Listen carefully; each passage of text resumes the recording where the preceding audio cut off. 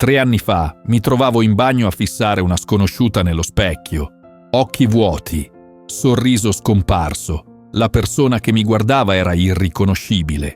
Appena 24 ore prima avevo scoperto il tradimento supremo da parte di qualcuno a cui avevo dato tutto. Il mio partner di 6 anni non solo era stato infedele, ma aveva costruito un'intera vita parallela. Le fondamenta su cui avevo costruito il mio futuro crollarono in un istante. Quella notte toccai il fondo. Chiamai un'amica che mi trovò rannicchiata sul pavimento del bagno, incapace di respirare tra i singhiozzi. «Non so più nemmeno chi sono», sussurrai. Lei prese le mie mani, mi guardò dritto negli occhi e disse qualcosa che avrebbe cambiato per sempre la traiettoria della mia vita. «Il tuo valore non è determinato dall'incapacità di qualcun altro di vederlo. Oggi non sono qui per raccontarti una storia edulcorata di guarigione istantanea. La verità è che ricostruire me stessa ha richiesto tempo, coraggio e un cambiamento fondamentale nel modo in cui vedevo il mio valore. Gli antichi stoici sono diventati le mie guide inaspettate in questo viaggio. Come scrisse Marco Aurelio, hai potere sulla tua mente, non sugli eventi esterni. Renditi conto di questo e troverai la forza. Nei momenti più bui di rifiuto e abbandono, spesso commettiamo errori critici che approfondiscono solo le nostre ferite. Comprendendo queste insidie attraverso la lente della saggezza stoica, puoi evitare le stesse trappole in cui sono caduta io e iniziare il viaggio di ritorno verso il tuo autentico potere. Ecco i 9 errori fatali che le persone commettono quando il loro valore viene messo in discussione e l'antidoto stoico per ciascuno di essi. Inseguire la convalida. La dignità dell'autosufficienza. La notifica illuminò il mio telefono alle 3 del mattino. Sei sveglia? Dovremmo parlare. Il mio cuore accelerò. Per settimane dopo la rottura avevo aspettato disperatamente questo messaggio. Avevo composto innumerevoli messaggi, li avevo cancellati, per poi inviarne comunque versioni annacquate. Ero passata davanti a casa sua in auto. Avevo manipolato amici comuni per ottenere informazioni. Ero diventata qualcuno che non riconoscevo, tutto per inseguire qualcuno che mi aveva chiaramente mostrato che non mi apprezzava. Questa disperata ricerca di convalida è il primo e forse il più distruttivo errore che commettiamo quando qualcuno smette di vedere il nostro valore. L'antico filosofo stoico Epitteto, che iniziò la vita come schiavo prima di diventare uno dei più grandi maestri di autosufficienza della storia, ci offre saggezza in questo caso. Poni come tuo obiettivo costruire la tua vita su ciò che è veramente sotto il tuo controllo e liberati da ciò che non lo è. Quando insegui qualcuno che ti ha giudicato indegno del suo tempo e della sua energia, gli stai consegnando il controllo completo della tua autostima. Stai dicendo: il mio valore esiste solo nel tuo riconoscimento di esso. Questo inseguimento crea una pericolosa narrazione interna. Se rispondono, ho importanza. Se mi ignorano, sono inutile. Se tornano, sono di nuovo prezioso. Ma considera questa verità stoica. Ciò che gli altri pensano di te è sempre stato fuori dal tuo controllo. La loro convalida non è mai stata tua da comandare. L'unica convalida che conta è interamente in tuo potere, la tua. Una donna con cui ho lavorato ha trascorso 3 anni cercando di riconquistare l'ex marito che l'aveva lasciata per un'altra. 3 anni cercando di essere migliore, più attraente, più di successo, più accomodante. Quando le chiesi cosa sperava di ottenere, disse: voglio solo che si penta di avermi perso. E poi chiesi. La domanda la bloccò. Non aveva mai considerato il «e poi». Il suo intero senso di sé era diventato avvolto nel dimostrare il suo valore a qualcuno che aveva già fatto la sua scelta. La soluzione stoica è chiara: reindirizza quell'energia verso l'interno. Ogni momento speso a inseguire convalide esterne è un momento rubato alla costruzione della forza interiore. Come consigliava Seneca, il più grande ostacolo al vivere è l'aspettativa, che si aggrappa al domani e perde l'oggi. Tutto il futuro giace nell'incertezza. Vivi immediatamente. Il tuo cammino in avanti inizia con una decisione potente: smettere di inseguire e iniziare a vivere autenticamente, traendo il tuo senso di valore dall'interno, piuttosto che supplicandolo dall'esterno. Quando fai questo cambiamento, accade qualcosa di straordinario. La persona di cui cercavi la convalida perde improvvisamente il suo potere su di te e in quella libertà riscopri la persona che eri sempre destinata a essere. Dubbio di sé, la fortezza della convinzione interiore. Forse se fossi stata più paziente, forse se fossi stata meno esigente, forse se fossi stata più magra, più intelligente, più divertente, più silenziosa. Questi pensieri mi hanno tormentato per mesi dopo essere stata scartata. Ho analizzato ogni interazione, cercando il difetto fatale che mi aveva reso indegna di amore.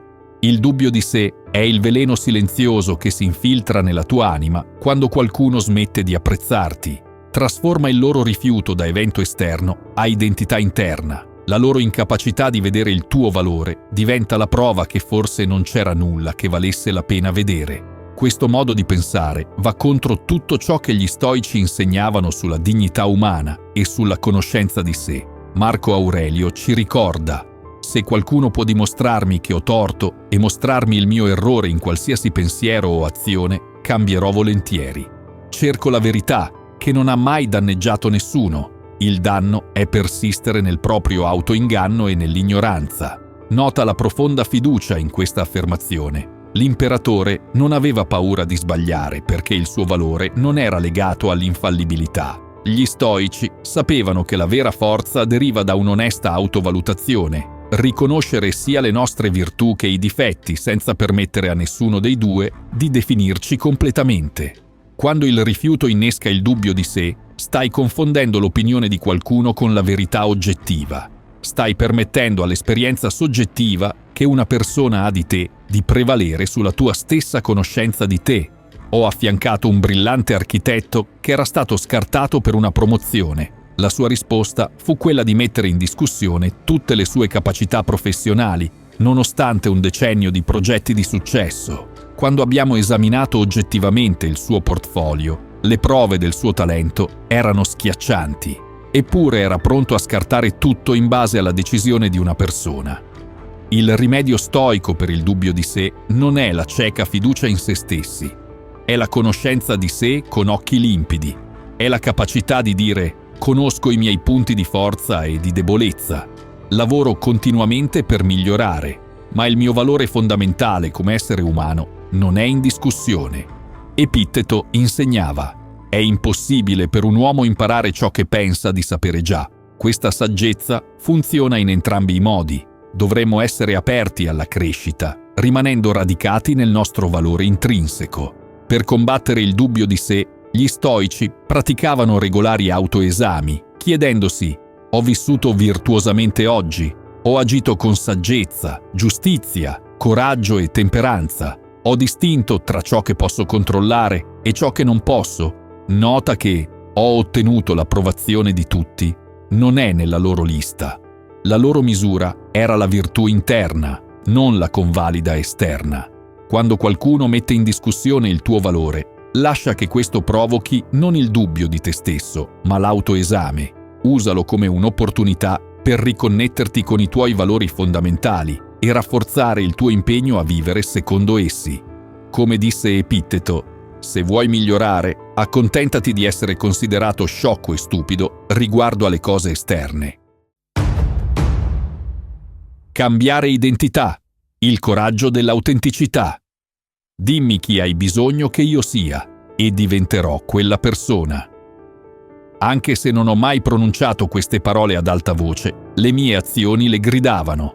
Nel periodo successivo alla svalutazione sono diventata un camaleonte, cambiando costantemente le mie opinioni, interessi, persino il mio aspetto in base a ciò che pensavo mi avrebbe reso più accettabile.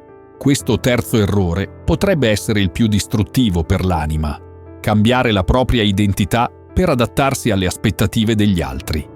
Il filosofo stoico Seneca scrisse: nessuna persona ha il potere di avere tutto ciò che desidera, ma è in suo potere non desiderare ciò che non ha e utilizzare allegramente ciò che ha. Questo include, fondamentalmente, il tuo autentico sé. Quando qualcuno ti rifiuta, innesca un pensiero pericoloso. Chi sono non è abbastanza. Questo porta a una disperata corsa per diventare qualcuno, chiunque, che possa essere degno di accettazione. Ma considera cosa stai sacrificando in questa trasformazione. La tua integrità, la tua autenticità, il tuo rispetto per te stesso, la tua prospettiva unica, la connessione con la tua vera vocazione. Ho lavorato con un giovane musicista che ha abbandonato la sua passione per la composizione classica perché il partner che adorava la trovava noiosa. Ha trascorso 2 anni creando musica che odiava, inseguendo una visione di successo che non era la sua. Quando la relazione è finita comunque, si è ritrovato doppiamente perso, senza amore e senza la sua identità artistica. Gli stoici attribuivano un immenso valore all'integrità, l'allineamento tra le tue convinzioni e le azioni. Marco Aurelio consigliava: se non è giusto, non farlo, se non è vero, non dirlo. Questo semplice principio si applica potentemente alla tua identità autentica. Essere rifiutati fa male proprio perché sembra personale, ma la prospettiva stoica offre liberazione. E se non riguardasse affatto il tuo valore intrinseco? E se fosse semplicemente una discrepanza tra ciò che sei naturalmente e ciò che qualcun altro valuta naturalmente? Come scrisse Marco Aurelio, l'obiettivo della vita non è stare dalla parte della maggioranza, ma evitare di trovarsi nelle file dei folli. Il percorso veramente folle è abbandonare il tuo autentico sé per diventare una proiezione dei desideri di qualcun altro. Invece, usa il rifiuto come una forza chiarificatrice. Lascia che elimini le pretese e gli accomodamenti fino a quando non rimane che la tua vera natura. Poi costruisci da lì, non come reazione ai valori di qualcun altro, ma come espressione dei tuoi. Le persone che sono destinate ad apprezzarti ti apprezzeranno per chi sei realmente, non per chi fingi di essere. Nutrire risentimento. La liberazione del perdono. 3 mesi dopo il crollo del mio mondo, mi sono ritrovata seduta nella mia auto fuori dal nuovo appartamento del mio ex a mezzanotte, consumata da pensieri di vendetta. Non danni fisici. Volevo qualcosa di molto più divorante. Volevo che soffrissero emotivamente come avevo sofferto io. La fantasia oscura della vendetta era diventata la mia compagna costante. Provavo confronti nella mia mente. Scrivevo email progettate per infliggere il massimo dolore, a volte premendo anche invio. Raccontavo storie dannose agli amici comuni. Mi stavo avvelenando con il risentimento, mentre mi dicevo che stavo cercando giustizia. Questo quarto errore, nutrire risentimento, sembra un'armatura giusta, ma funziona come una prigione. Il maestro stoico Epitteto, che aveva ogni ragione di risentimento dopo essere stato reso schiavo e fisicamente disabile, invece insegnava: quando sei offeso per il difetto di un uomo, rivolgiti a te stesso e studia le tue mancanze. Allora dimenticherai la tua rabbia. Il risentimento crea l'illusione che, tenendoci stretti alla nostra rabbia, in qualche modo puniamo coloro che ci hanno ferito. La realtà è esattamente l'opposto. Come dice l'antica saggezza, nutrire risentimento è come bere veleno e aspettarsi che l'altra persona muoia. Ho assistito a questa tragedia ripetutamente nel mio lavoro con i clienti. Un dirigente ha trascorso 15 anni nutrendo odio per un collega che aveva rubato il merito per la sua idea. Un'idea che ha lanciato una linea di prodotti da $1 milione. Per 15 anni, quest'uomo brillante ha filtrato ogni decisione di carriera attraverso la lente del «come posso dimostrare che hanno torto», invece di «come posso realizzare il mio potenziale». 15 anni della sua vita professionale, definiti non dalle sue aspirazioni, ma da una risposta ossessiva all'azione di qualcun altro. Gli stoici capivano che il risentimento è una forma di autoschiavitù. Quando nutri amarezza verso qualcuno che ti ha svalutato, gli permetti di continuare a controllare il tuo stato emotivo molto tempo dopo che sono usciti dalla tua vita. Marco Aurelio consigliava: la migliore vendetta è essere diversi da colui che ha compiuto l'ingiuria. Considera la profonda forza in questo approccio. Invece di abbassarti per eguagliare il comportamento che ti ha ferito, lo trascendi completamente. Rompi il ciclo rifiutandoti di parteciparvi. Questo non significa negare il tuo dolore o fingere di non essere stato ferito. Gli stoici non erano sostenitori della positività tossica. Riconoscevano che il dolore è reale e che elaborarlo è necessario, ma distinguevano tra riconoscere una ferita e riaprirla continuamente, tra imparare dal dolore e venerarlo, tra ricordare un'ingiuria e definirti attraverso essa. La vera libertà arriva quando riconosci che continuare a odiare qualcuno gli dà residenza nella tua mente gratuitamente. Lo sfratto inizia con la scelta consapevole di concentrarti sulla tua crescita piuttosto che sulla loro punizione, come consigliava Seneca. Siamo più gentili l'uno con l'altro, siamo persone cattive che vivono tra persone cattive. C'è solo una cosa che può darci pace, ed è accordarci per perdonarci a vicenda. Convalida esterna. La sovranità dell'autoapprovazione.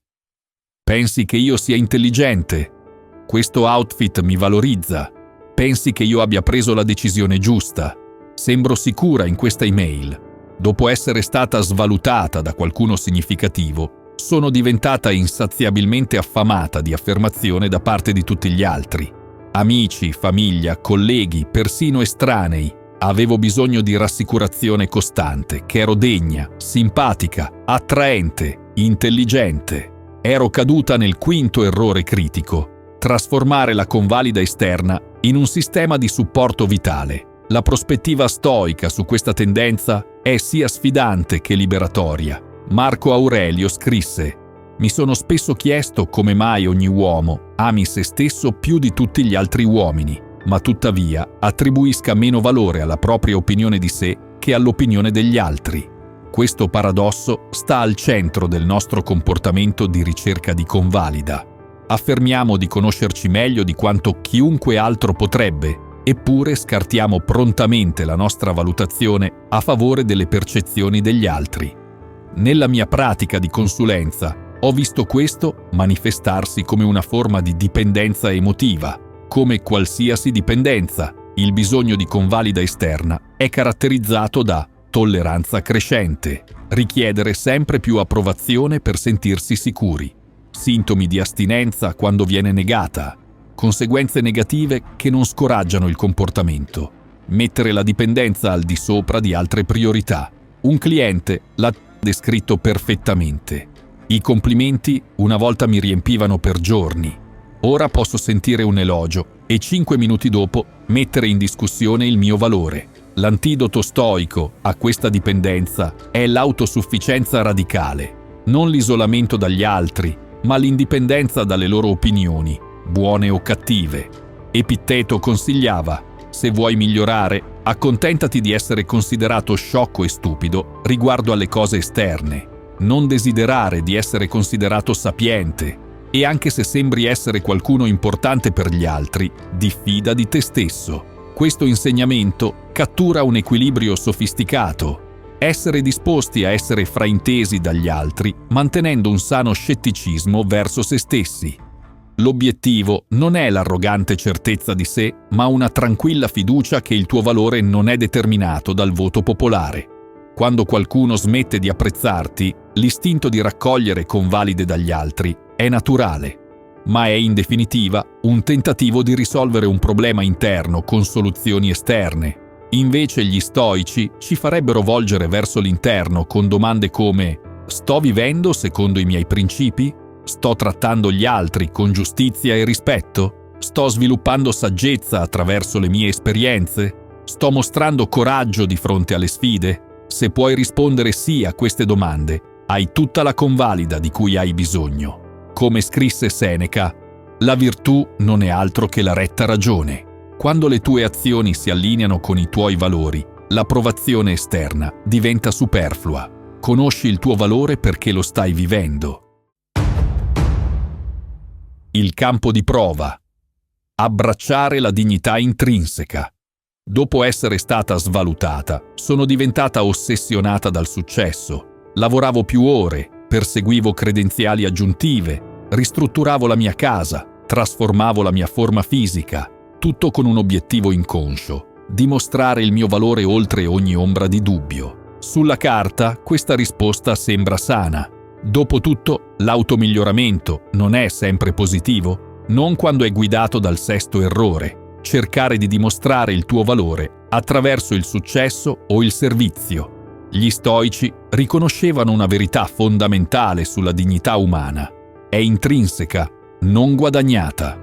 Questa distinzione è cruciale per capire perché la compulsione a dimostrare il tuo valore è fuorviante. Cicerone, attingendo ai principi stoici, scrisse: «Gli esseri umani sono stati creati per il bene degli esseri umani, affinché potessero essere in grado di assistersi l'un l'altro». Nota cosa manca in questa affermazione: qualsiasi condizione sul valore umano. Non siamo preziosi per ciò che otteniamo o forniamo. Siamo preziosi semplicemente perché esistiamo come esseri razionali capaci di virtù. Quando qualcuno smette di apprezzarti, la tentazione è di raddoppiare i tuoi sforzi per dimostrare il tuo valore attraverso risultati professionali, aspetto fisico, acquisizioni materiali, autosacrificio, generosità straordinaria. Ho visto clienti esaurirsi cercando di dimostrare che meritano rispetto e considerazione di base. Una giovane professionista si è fatta carico di ogni progetto difficile che il suo dipartimento affrontava, lavorava nei fine settimana senza lamentarsi e non chiedeva mai riconoscimenti, tutto per dimostrare il suo valore dopo che un supervisore aveva messo in discussione le sue capacità. L'ironia è dolorosa. Cercando di dimostrare il suo valore professionale, ha insegnato a tutti a sottovalutare i suoi contributi. La prospettiva stoica offre liberazione da questo tapis roulant. Marco Aurelio ci ricorda: lo smeraldo perde la sua qualità se non viene lodato? E che dire dell'oro, dell'avorio, della porpora, di una lira, di un pugnale, di un fiore, di un cespuglio? Il tuo valore, come la qualità dello smeraldo, è intrinseco. Non aumenta con la lode o diminuisce con la critica. Semplicemente è.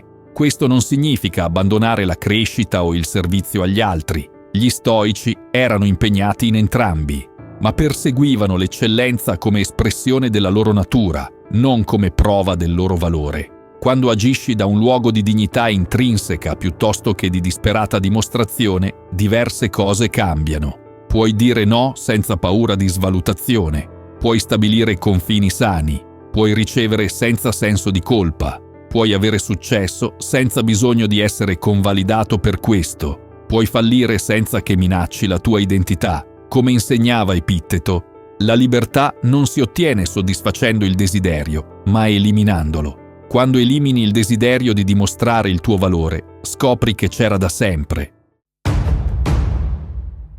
Chiudere il cuore. Il coraggio di rimanere aperti. Non permetterò mai più a nessuno di avvicinarsi a me. Ho pronunciato queste parole con assoluta convinzione dopo la mia delusione d'amore.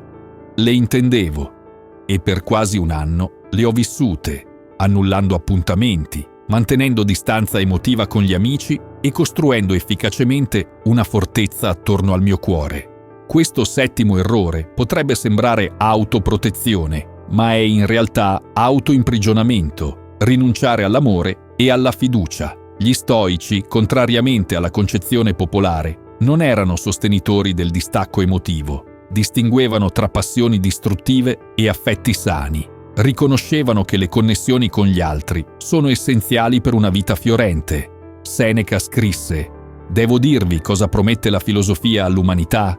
Consiglio: una persona sta affrontando la morte, un'altra è tormentata dalla povertà, un'altra tormentata dalla ricchezza.